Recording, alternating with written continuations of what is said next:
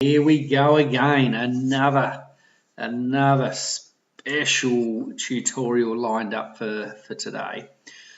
All right, so in our previous tutorials, we've created our sprites, we've created our objects, but we need somewhere for these objects to go. Okay, so in GameMaker, the place that they need to go is called a room, and basically the more rooms we have, the more levels there are in the game. Okay, so again, up the top here, next to our object, create an object button, this is actually called, this little blank white square here, rectangle, is called create a room. So let's click onto there. Okay, again, this dialog box pops up. Okay, now let's just zoom in a little bit. Okay, basically this is the default size of the room. Alrighty, now over here we can see that it's called, but the size of the room is 1024 by 768.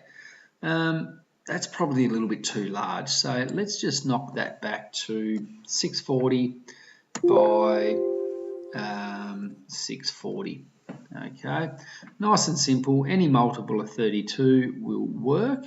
Okay, so if you remember when we created our sprite, we gave it the size of 32 by 32. Well, this is where it actually becomes important, because these little squares here that you can see on your screen are actually 32 pixels by 32 pixels. So our little character is going to fit inside of that square nicely. It's not going to be too large and take up multiple squares. It's just going to fit nicely inside of that little square. Alrighty. Okay, so over here we can call it room 1. Well, at the end of the day you can call it whatever you want, but it could be level _ 1. Okay, so this could be level 1. So let's just go with that for now. Okay, so there's a couple of things we can do.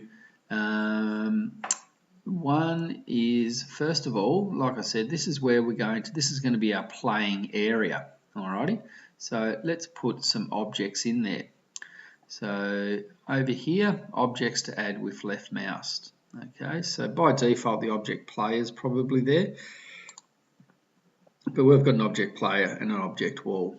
Okay, I'm actually going to put in my object wall first, and so all I need to do is left click into each of these squares, and basically I can start creating a bit of a maze, because to start with this will just be a maze game. Now if I hold down the shift key, if I hold down the, what about it? Shift, here we go. Okay, so if I hold down shift and control, I can basically just drag along and I can place multiple, I can put multiple blocks down at once, so that will speed up my process. Okay, so let's just make this into some type of maze game. I'm just going to do this one quite quickly. You can take a little bit more time and care with yours. Any good game though should have like a start point and an end point, and obviously your player needs to get from the start to the end, and we'll go through that more in further tutorials. Okay, but let's just say for now that's my maze. Okay, now obviously I've only got bricks in there at the moment, but I need to also put my player in there. Okay, so I'm going to put my player, bang, right in the middle. Okay, and so I'm pretty happy with that. So let's click on the green tick. Is that sort of saying, yep, that level 1 room is happy. Now to test my game, what I need to do is up here we have a green triangle. If I click onto that, basically it's going to allow me to test my game. It could take a little while to load up, okay, depending on the bigger your game gets, the bigger this process takes, but this shouldn't take too long. You can sort of see it scrolling through down here. Okay, and so here's my game. Now, at the moment though, I can't do anything. If I press keys on my keyboard, it doesn't move. If I try to drag it with my mouse, it doesn't move. But I've got a player inside of the maze.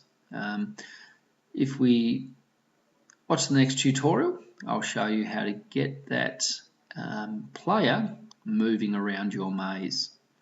Okay, so stay tuned. It's going to be exciting.